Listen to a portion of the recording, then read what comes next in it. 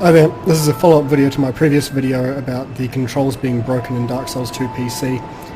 I had a thought just before about trying to isolate where the problem is, and so I decided to bind the attack buttons to 7 and 8 on the numpad instead of using the left and right clicks that on the mouse.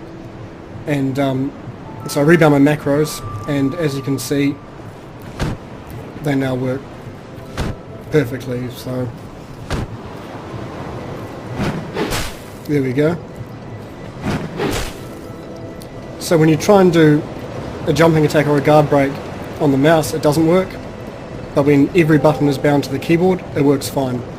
So what that tells me is that there has to be some issue with FromSoft's handling of mouse input that's causing both the lag and the inability to pull off those moves, and I think those two are connected. And I think the cause of this problem is double clicks, which they added in as an acceptable form of input. Now the problem with double clicks is that normally in an operating system double clicks work fine because the action of a double click follows on from the action of a single click in the same way that necessarily when you use a mouse, clicking once is something you have to do before you click twice.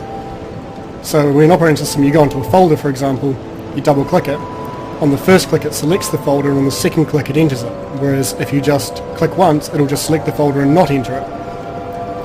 Whereas in Dark Souls 2, a strong attack and a normal attack aren't connected in the same way. You know, you click once for your strong or weak attack, and then the game has to wait to see whether you do a strong or a weak attack, to see whether you click again. And that necessarily imparts lag, like it has to wait, there's no way to get around that. And I think that lag is, well, one, the cause of the input lag when you click.